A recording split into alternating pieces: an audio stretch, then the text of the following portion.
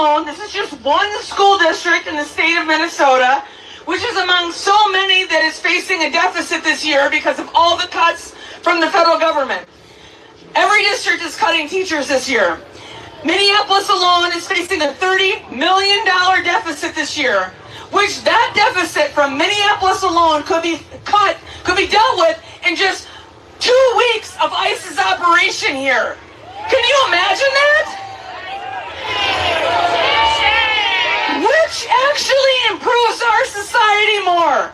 ICE terrorizing our neighborhoods, scaring our kids away from schools and bus stops, shooting immigrants, taking people from hospitals, murdering observers, attacking protesters, or fully funded schools that educate our children to read, do math, and write. I would rather fund schools and invest in kids.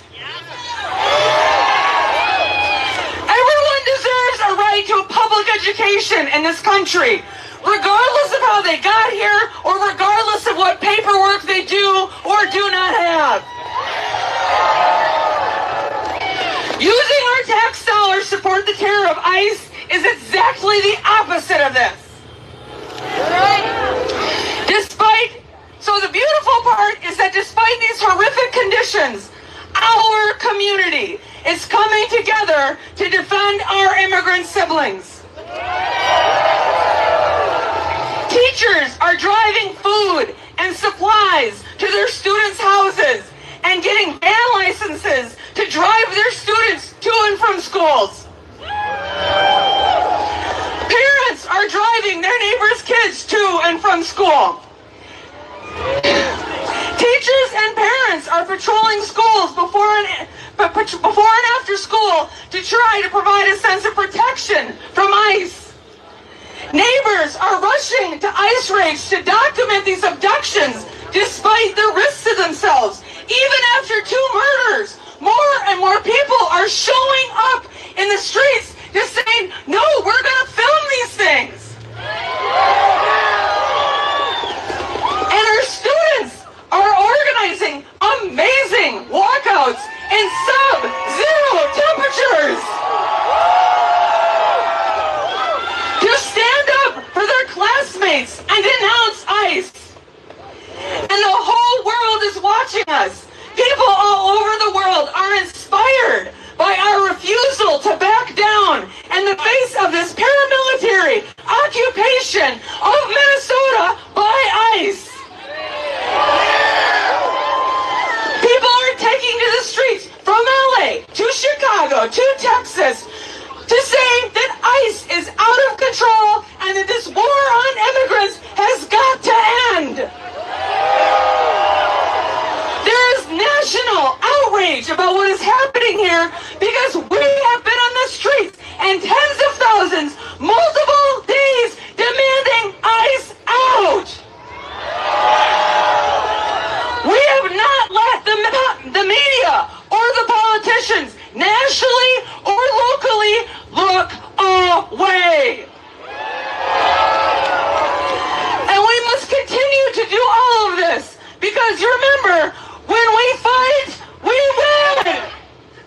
Money for schools and education. Money for schools and education. Not for ICE and deportation. Not for ICE and deportation. Fuck ICE. Fuck ICE. Fuck ICE. Fuck ICE. Fuck ICE. Fuck ICE. I am so excited to march with you. Money for schools and education. Not for ICE and deportation. Not for ICE and deportation. Money for schools and education. Money for schools and education. Not for ICE and deportation. Not for ICE and deportation. Money for schools and education. Money for schools and education. Not for ICE and deportation.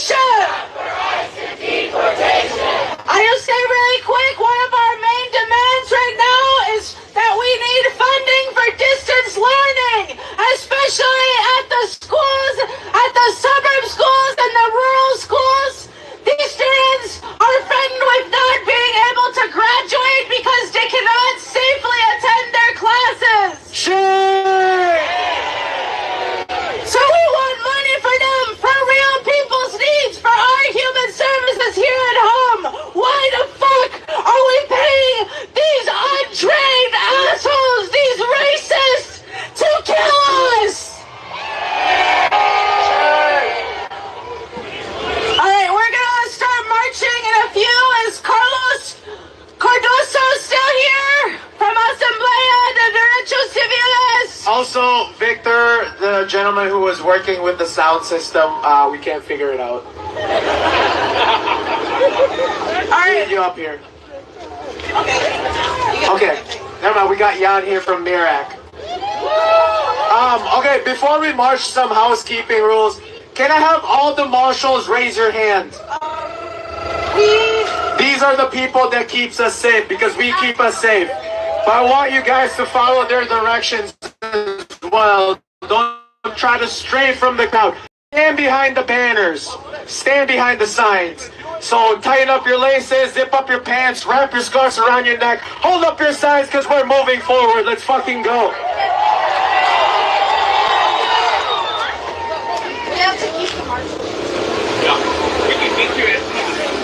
Who keeps us safe? We keep us safe. Who keeps us safe? We keep us safe. Who keeps us safe? We keep us safe. Who keeps us safe? We keep us safe. Who keeps us safe? We keep us safe. Who keeps us safe? We keep us safe. Who keeps us safe? We keep us safe. Who keeps us safe? We keep us safe. Who keeps us safe? We keep us safe. Who keeps us safe? We keep us safe. Who keeps us safe? We keep us safe. Who keeps us safe? We keep us safe. Who keeps us safe? We keep us safe. Who keeps us safe? We keep us safe. Who keeps us safe? We keep us safe. Who keeps us safe? We keep us safe. So we have breaking news that's coming out now.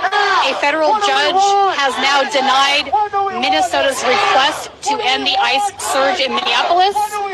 Judge Kate Menendez denied a request by the state and cities to end the operation and send the 3,000 ICE agents home. This is reporting coming out of The Guardian this morning. The state of Minnesota and city of Minneapolis had argued that the Trump administration violated the 10th Amendment of the Constitution, which enshrines states' autonomy from federal intervention beyond powers outlined in the Constitution. But the judge said the state's argument provided no metric by which to determine when lawful law enforcement became unlawful, commandeering simply arguing that the excesses of Operation Metro Surge are so extreme that the surge exceeds whatever line must exist. She went on to argue that there's no real metric to determine whether or not this order would prevent anything further from happening. This is crazy to me. So that has been denied now. So we are starting to march through Minneapolis. We just left Bryant Square Park. This is the ICE Out protest. They are asking that the Mayor Fry, institute a rent moratorium. One thing that's been happening here and in other cities that doesn't get discussed as much as the violence that the ICE agents are committing is that many folks afraid to go to work, afraid to go out and shop, or just simply staying home, and is causing loss in wages and loss in small businesses. They can no longer afford to pay for rent. We will say it every time. We will say it every time. Protesting is not a crime. Protesting is not a crime. When immigrants are under attack, what do we do? Stand up, fight back. When immigrants are under attack, what do we do? Stand up, fight back. So I also want to talk about some of the anti-Semitism that we have seen come from Border Patrol, and in particular Bovino. Earlier on, when they first started operations in Los Angeles, the Border Patrol, the California Border Patrol account on Instagram actually posted a small video. And the video was basically showing ICE agents arresting people, but they used the soundtrack from a Michael Jackson song that he had later apologized for and redid. But part of that track was using the K word, which is an anti-Jewish slur, and making some other anti-Semitic remarks. So what they had done on this Border Patrol account is use just that little section, that 20 seconds of that part of the song, and they put it over the videos of people getting arrested. It was incredibly anti-Semitic. At the time, I'm not sure if it was Instagram or Meta that took it down or if Border Patrol did, but it